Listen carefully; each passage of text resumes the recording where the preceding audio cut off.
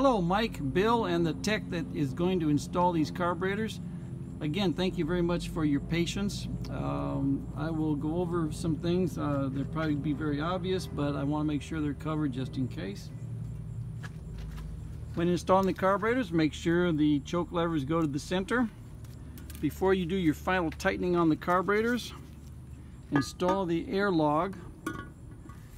Have the carburetors just loose to where they wiggle around. Install the air log, then lock down the carburetor top bolts, and then pull the air log off and put it back on just to make sure the air log is going to go on, because there's enough wiggle in the carburetors that you can have them all tightened down and ready to do your final installation of the air log, and then they will be out of position. One of the best tools for working on this is 1/4" drive wobble sockets. You do not need anything stronger than 1/4" drive. You are not assembling the Eiffel Tower. 1/4" drive will do just fine. Don't forget the sequence of wave washers, and in terms of installation, I will include information to help make sure that you get that taken care of. Always use one wrench to stabilize the fitting in the fuel float bolt cover, and another wrench to work the swivel fitting. If you don't, of course, take the chance of ripping threads out of the float bolt cover. Now then, a few things in terms of the machine work. Idle mixture screws have been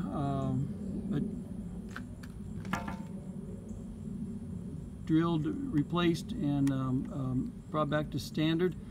The second barrel idle mixture screw is blanked off. This is just a dummy, just to fill a hole.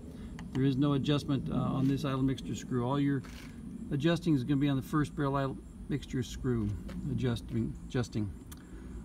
This screw right here you can use to help adjust the angle dangle of the choke levers. Remember, you got the choke levers want to come up and describe an arc like this, but the cable is going straight down, and you got 3 feet of cable going back to the dash. So everything, even though this moves freely, once you get hooked up with a cable, it doesn't move as freely as right now. So be sure your cable is lubed up and moves as freely as possible. The control for idle speed when you're choking the car is this little guy right here. From the factory, it says it's supposed to be adjusted 15 thousandths play between it and the lever it impinges upon. And I will set this up here, but your adjustment can also be affected by your idle speed. So just be aware of the interaction of the idle speed here. This lever, this pin right here, controls how much the first barrel acts on the second barrel to artificially close it. And all these things are interrelated. We have discussed already the fuel system. These cars are incredibly sensitive to fuel cleanliness, and the reason for it is this G55 idle jet. This is what the car idles on, and this is the only thing that it idles on. And if this becomes clogged, the car will not idle, and all it takes is a grain of junk that you cannot even see. That right there is the idle jet hole at the G55. That stands for 0.55 millimeters. Very, very tiny hole, and if it becomes clogged, you will not have idle. And it's real easy to change and to check. And even if you're on the road and you don't have an ability to clean out this idle jet, what you can do is swap the second barrel idle jet for the first, because the second barrel idle jet is not used. Right now it's just plugging a hole. I know it's not the right size screwdriver, but it's what I had handy. Anyway, you could swap this jet for that jet if you're on the road, or and you get stuck. Anyway, that's what controls the idle. Only thing that controls the idle. All the machine work has been done. All the surface has been machined. The big work is done inside here. These bores have been machined out, and new throttle shaft bushings installed, and new throttle shafts and new butterflies. And the important thing is, on the 5-axis CNC machine, these shaft holes are plumb and parallel to the throat bore, which they weren't before. We've also corrected the idle mixture screw holes, and all used factory parts down here. You can tell by the red rubber gaskets. And the reason I'm going through all this is I also want to show you that we're going to do a cold start, and I won't warm them up and show you how to tune the carburetors. And the only way to tune these carburetors is when they are warm. I like to use this analog engine analyzer. Digital, just the idle just flops all over the place with digital. Analog it dampens it out and makes it a lot easier to tune these old carburetors. And speaking of tuning, you're going to want to use your synchrometer. This one right here, the BK 1 to 35, right out of the box. This was perfect for the tuning of the carburetors, balancing the carburetors, making sure you get the right airflow. The critical thing is going to be the linkage, making sure that linkage is adjusted properly, and that's why you have a turnbuckle on the rear, so you can get your final adjustment in terms of making sure the linkage is correct. It's real easy to get the linkage goofed up, and next thing you know, you've got carburetors that are running at different speeds from each other. Now then, let's see. Let's make sure you've got fuel. That's why you are given a priming lever on the fuel pump. Let's make sure we got fuel in here. And it's off the cam inside, so we're going to bump it over. See if we're on the cam yet. Not yet.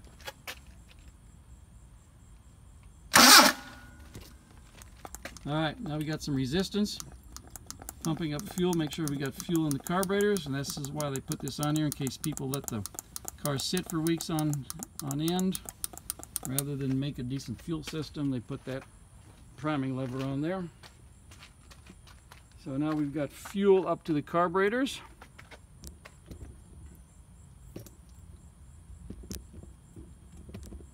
Alright, we're going to switch on, maybe one blip of the throttle, get some fuel in there, choke.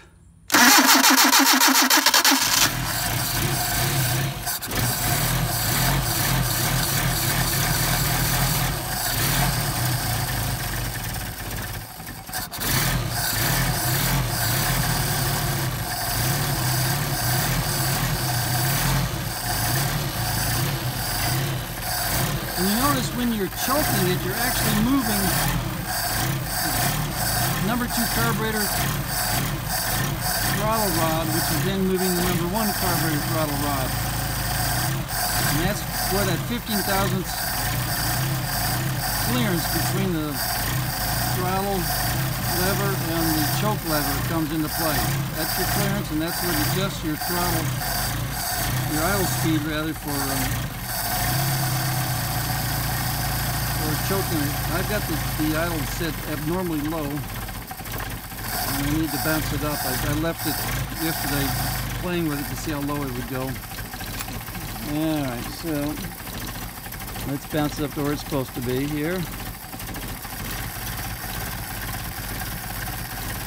So I can get this thing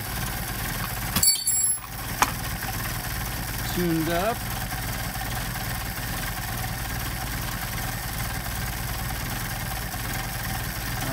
Now you cannot adjust the carburetors until we get some water temperature. So let's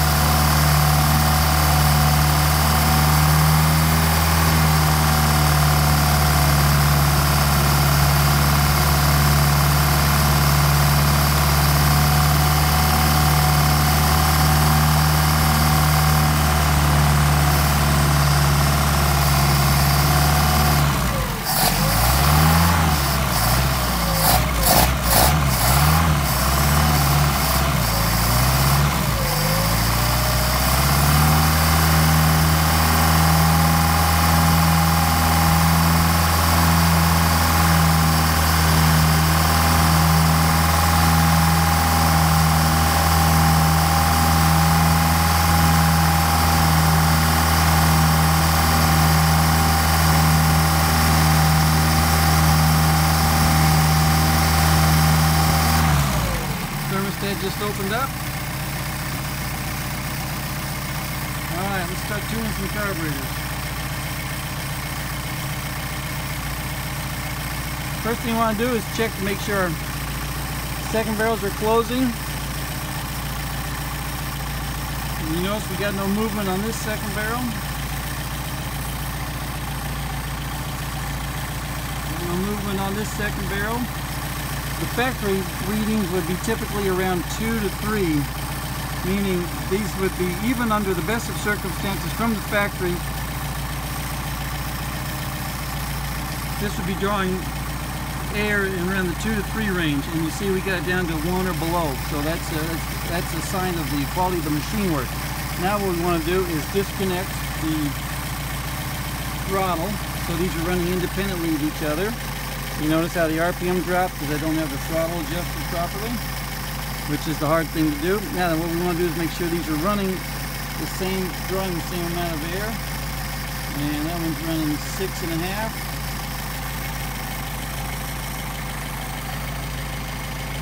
This is running about 7. So what we're going to do is drop this one back a little bit. 6.5. Okay. We're going to try to hook up the throttle linkage so that it snaps in place and nothing changes. Alright. Now we've got idle mixture screws. Time to adjust them. Well, what we're going to do is adjust them in and out until the engine stumbles, out to the engine stumble till we get our midpoint. You can hear it start to stumble, backing it out. Same thing again, backing it in. You see they're very sensitive, doesn't take much. Now then, this is where the engine analyzer comes into play.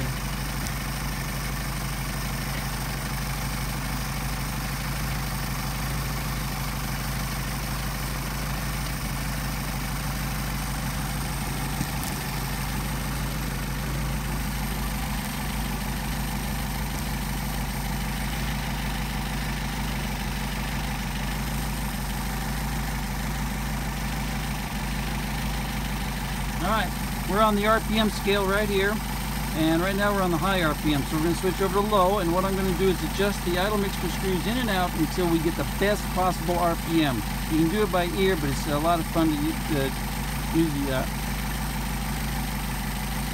the analyzer. Again, I'm going to disconnect the throttle linkage.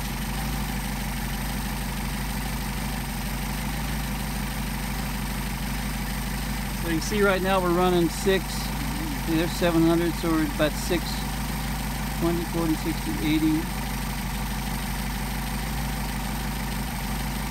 That's 675, give or take.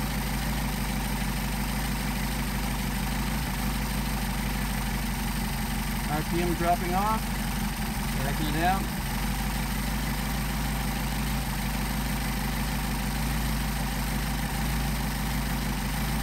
A little too much at 7, so we're going to go back to, there we go, about 675, 680, alright. And then we'll do the same thing with the second barrel. We'll do the second carburetor. RPM dropping dramatically, backing it out.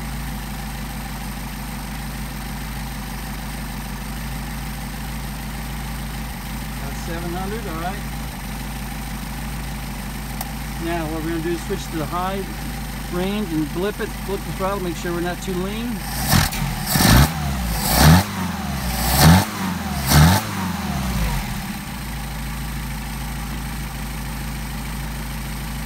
Alright, we got repeatability, still around the 700 range, give or take, 725. Now then, just for fun, we're going to see how low we can get this thing to run.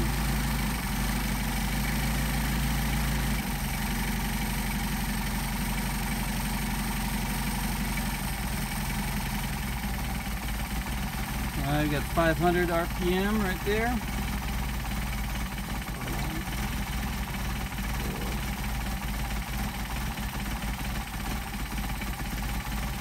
Alright, got a nice idle at 425, 450, 500. Alright. I give you an idea of the quality of the machine work. Engine's a little plugging a little bit. We don't want to do that very long, so let's bounce it back up to where it belongs. About 700. A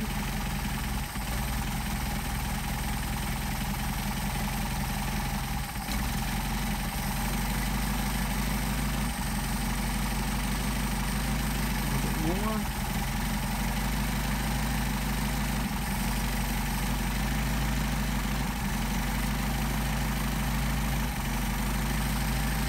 A little bit below, a little bit lower than I like, so about 750, 700, 750.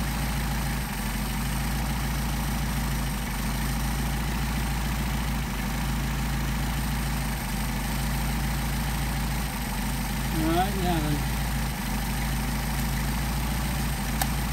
come back up here.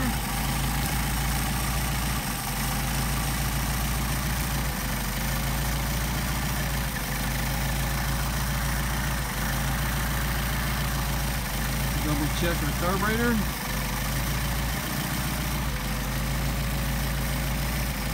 Readings. So we are at 7 there. 7 there. Pop our linkage back on.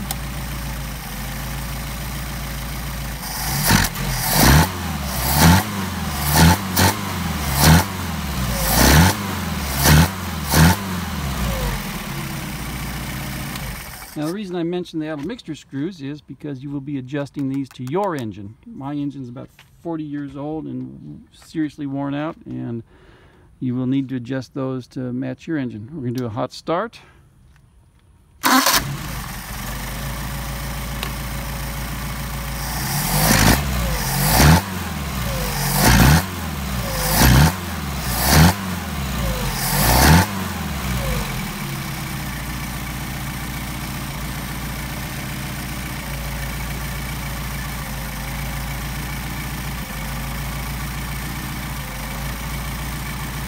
Back idling 700, 750.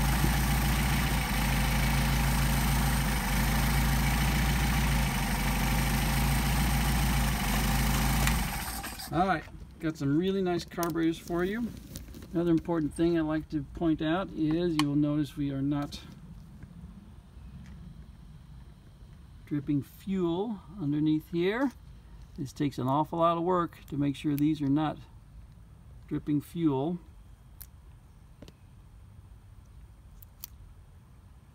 Got a little drip right there. Okay, we got one to tighten up some more. That one's okay, so I got one to tighten up.